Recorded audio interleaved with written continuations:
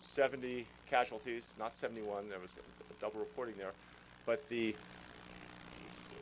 stories are going to come out of this, of how in a remarkably short time the police force in Aurora responded to this situation. Their efficiency in making an apprehension, the ability of our hospitals in remarkably short order to take care of all of these casualties in incredible systems. And I'm not saying it was all perfect, but as this story is told, it will be remarkable. As of 3:30, we still had 30 patients in hospitals, 11 still in critical condition. This is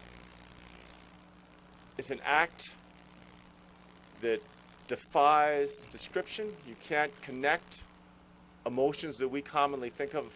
I mean, everyone I've talked to all day is filled with an anger that can't find focus. And I think the challenge for all of us as a community is to recognize that we have to move past that. Obviously, there's going to be a level of accountability. This individual is clearly disturbed. Either we will or we will not know exactly the roots of that, of how deep that disturbance is. We know how deep it is, but where it came from. But we are clear that we are going to rise back and lift ourselves above this.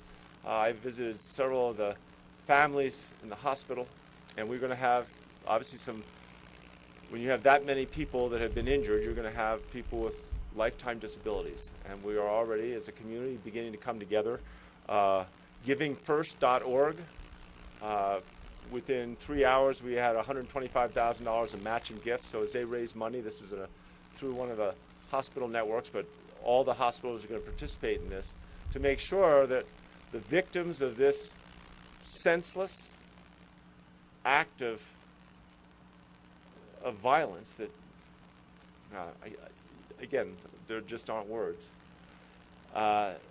We want to do everything we can to make sure the victims are brought back in every way and supported in every way that we can. We're not going to let this community be defined by such a, if I had more sleep, I might have a better vocabulary. Anyway, I do think that the first responders were unbelievable, and their ability to work together and coordinate. Our support from the federal government has been incredible. Secretary Napolitano called me from Homeland Security early this morning and wanted to do everything she could. She was a little late because President Obama called me before that, but not until after he called Mayor Hogan. He called the police chief. The whole country recognizes that this is something that we don't accept. We can't explain at this point, but we're not going to just let it happen to us. We're going to push back. Mayor Hogan's not here. His leadership has been remarkable, and in times like this, you see, what is the true quality of people and how can they deal with situations that, there's no training, there's no way you can prepare for something like this. And I think the way he's handled all the integration of the different efforts between the federal and the state, the county and the local, it really is a remarkable skill. And he's been able to keep everybody focused together. No one's pointing fingers. Everybody's moving forward to the next step. All right, this has happened. What do we do next? So in that sense, and Chief Oates, unbelievable. I don't think I've ever done this, but I think you guys should all give Chief Oates a hand.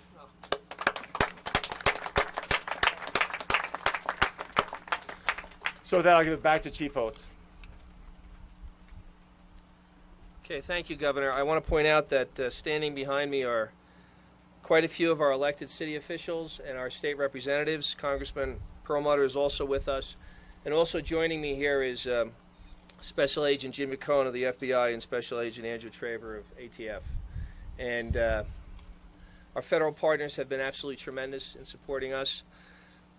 I really want to start by saying how proud I am of the men and women of the Aurora Police Department and the Fire Department. Mike Garcia from the Fire Department, the Chief of the Fire Department, is also here with us. Okay, we got to straighten out some numbers. There are a total of 70 injured in this event, and as of this time, 12 dead. Still, the number is 10 in the theater. The last of the bodies were removed from the theater a little after 5 o'clock this afternoon. And I want to correct one thing. I think earlier today I said that the others were all hit by gunfire. I now know that a handful of the people who were brought to area hospitals were not hit by gunfire but suffered other injuries as a result of the chaos and trauma in the theater. And I can't tell you how many that is, but it's a small number. Nearly everyone was shot. Little information about our subject and the weapons he obtained.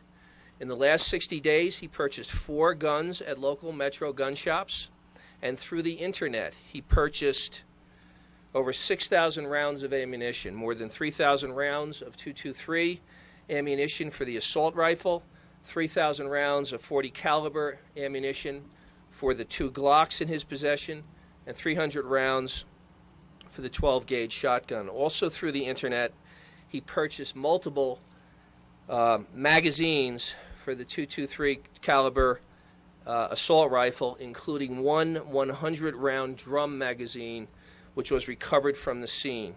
I've been asked, was the weapon automatic or semi-automatic? I can't answer that question right now, but even if it was semi-automatic, I am told by experts that with that drum magazine, he could have gotten off 50 to 60 rounds, even if it was semi-automatic, within 1 minute. And as far as we know, it was a pretty rapid pace of fire in that theater.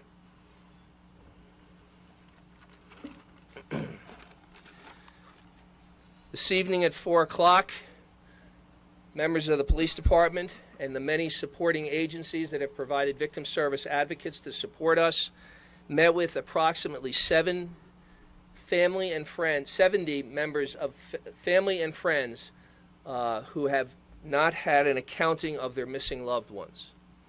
We met with them for approximately 90 minutes. We discussed all our efforts to identify the 10 bodies in the theater and did the best we could to deal with their grief and anguish. We are hopeful that sometime in the next hour we will get a confirmed list of the 10 deceased, and we will begin the agonizing process of meeting with those families and confirming what has happened to their loved ones. I can't emphasize enough the support of all our colleagues in local law enforcement in handling that extraordinarily difficult task, and we're also aided by our own police department psychologists. Aurora Public Schools has made available 2 high schools for tomorrow, beginning at 9 a.m. for professional grief counseling and other resources, including the resources of Aurora Mental Health and the Red Cross. Those 2 schools were open at 9 a.m. Superintendent John Barry was with us to meet with the families, and the support of the superintendent and the Aurora Public Schools has been absolutely tremendous. In addition, I'll talk a little bit about the Parish Street location.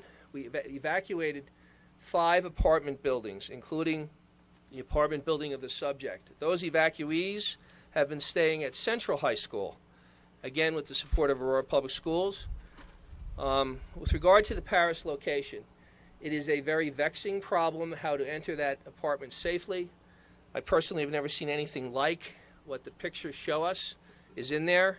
I'm a layman when it comes to bomb stuff. I see an awful lot of wires, tripwires, jars full of ammunition, jars full of liquid, things that look like mortar rounds. We have a lot of challenges to get in there safely. We decided this evening to postpone action on that until tomorrow sometime. All our folks were pretty well taxed, and we needed a break. And we also, with the help of the federal government, we're bringing in some extra resources to consult on exactly how to deal with that problem. We are hopeful that we will address and resolve that problem tomorrow. Unfortunately, this means that the families that were evacuated have to spend an evening in the evacuation center. We are at this time allowing families one by one to go back into 4 of the 5 buildings to retrieve necessities like medication and those kinds of things. And again, our hope is that we'll resolve that tomorrow. With regard to the investigation, I can tell you we know a little bit more about our subject. We know he recently left the University of Colorado Medical School neuroscience program on a voluntary. It was a voluntary separation. We know he hails originally from Riverside, California, and attended UC California Riverside campus. Neighbors report to us that he lived alone and he kept to himself. I have the same cautions about the social media. One of the things modern investigators do is watch what appears on the internet to see what clues we can find, and we know that you do that too, okay? And in the era of blogs and everything else, we just caution you that everything you read may not be true, okay? With regard to our theaters in Aurora, there are 4 theaters in Aurora that show this movie, and until further notice, we will have some extra security at those theaters out of an abundance of caution. And I will tell you, I've been getting phone calls from some colleagues around the country asking about this, and I told them, I don't know what you should do at your theaters, but that's what we're going to do in Aurora for a while. We are fully staffed in all our districts. We are on 12-hour shifts because of the demands to support the crime scene and the new event on Paris. And thanks to the Arapahoe County SWAT team and the Denver Police Department SWAT team, if we have any demands over the next couple of days for those kinds of assets, since we are fully taxed, we will turn to our colleagues to help us. The Aurora Town Center will be open tomorrow. They have been wonderfully cooperative with the Aurora Police Department. I have a new tip line. If there are any further tips that anyone wants to be called, it's the Crime Stoppers number, 720-913-STOP, or 720-913-7867. We're also offering a general information line for the community, not for the press. I think the press knows how to reach us. But this is for the community if they have any questions. The general information number is 303-739-1862. Our suspect is now in Arapahoe County Jail. I just got a call from the sheriff. He asked me if I wanted his picture released, and I said no. So I won't be releasing his picture for investigative reasons. He will be arraigned or have first court appearance 8:30 a.m. on Monday in Arapahoe County District Court. There has been an overwhelming outpouring of support for our families, for our victims, for our community, for our cops, for our firefighters, for our EMS people, for our investigators by this entire community. We've received letters of concern and condolences. Just remarkable. Our community restaurants started pouring pizzas and food into our station houses here just to show support for our police department, and it's just absolutely wonderful. I have an announcement on behalf of the city. Sunday at 6:30 p.m., there will be a prayer vigil right here in front of the Aurora Municipal Center. We know the governor and the mayor will speak, and there'll be an appropriate moment for reflection for our community. Finally, I want to offer a huge thanks to our coroner, Michael Doberson, for all he has done to help us with the crime scene today and to expedite the recovery and identification of the bodies, which is so, so important to our community. And in terms of the next press briefing, we expect to be able to brief you tomorrow afternoon right here at 2 p.m. I will take questions. Chief, any sign of a motive at this point? Has he said anything about why he did this? If we have information about a motive, we would not share it with you. We would let that play out in the course of the criminal prosecution. Talking to you, though? I won't talk about his admissions. Yes?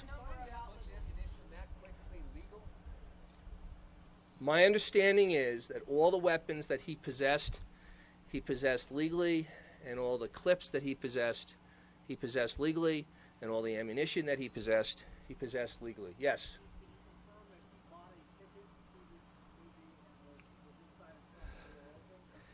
No, I won't discuss how he got in. That's part of our investigation. And as much as I'd like to be cooperative with you folks. The most important thing is that there is justice for these victims, and that justice will occur in a courtroom. So whenever I say no here, it's because there's a higher reason, and that is to make sure he is prosecuted correctly. Yes, ma'am.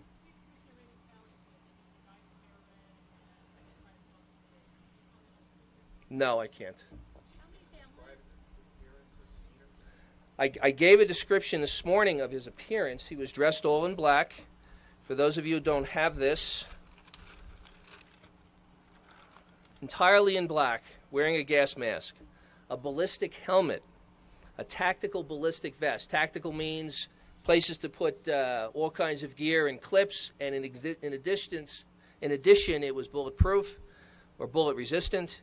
He was wearing ballistic legging in case he took a round in the legs. He was wearing throat protection and groin protection, and he was wearing black tactical gloves. So that's what he looked like in the theater.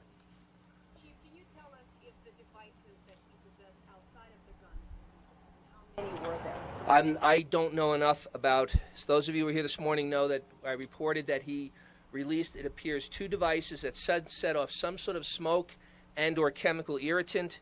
I don't know enough about them right now to answer any questions. Yes?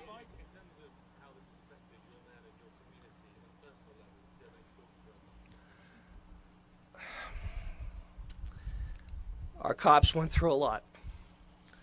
As I told you this morning, they rushed people out of that theater into police cars. I've heard some compelling stories. One of the things we are working on is how we're going to deal with our own trauma. And we spent some time today with our 3 department psychologists. And somehow in the next couple of days, when this has slowed down, one of our highest priorities is to deal with our own officers and how they cope with this event. And that's really all I have to say about that. Anything else? Yes? Where did he get the armor? Was it standard military issue, police issue? I don't know the answer to where he got the armor. What about the mask? What kind of mask was it? It was a gas mask is what I know. Okay? You know, I apologize that I don't know how many families are evacuated. There are a total of 5 apartment buildings. They're all roughly the same size. They're 3-story buildings with anywhere from 6 to 10 units on a floor, so you can do the math. This. The police officers were wearing, the ones that apprehended him. Obviously, SWAT was not on scene yet, but they got there really quickly. So The officers who responded were wearing a regular uniform equipment, including ballistic protection. We had a lot of people out last night because it was a Friday night, and we have a special summer initiative underway where there's extra officers on the street. So we were very, very fortunate that we had about 25 officers there like that. And as I said earlier, in the end, somewhere between 150 to 200 officers and deputies fairly quickly thereafter. Been planning this? Sorry? How long do you believe he'd been planning this? I have no way to answer that question. And if I knew, I wouldn't. You mentioned that there were normally officers work off-duty security, and they weren't last night? I was asked if he has an attorney. Yes, he has an attorney. And the question, I'm sorry, was? Yes, sir. You mentioned that Aurora PD usually works off-duty security at the theater, but they weren't last night? Yes, Why? and we usually work off-duty security at the theater on weekends. And this was a Thursday night, and we were not there. But we were there within about 90 seconds. Oh, I'm doing just fine. Yes, sir.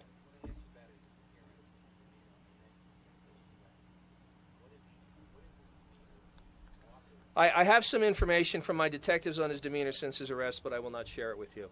One more question. I don't know how many bullets went through the adjacent theater. I know enough went through that one person was hit. Okay, that concludes this briefing. Tomorrow afternoon at 2 p.m. Thank you very much, folks.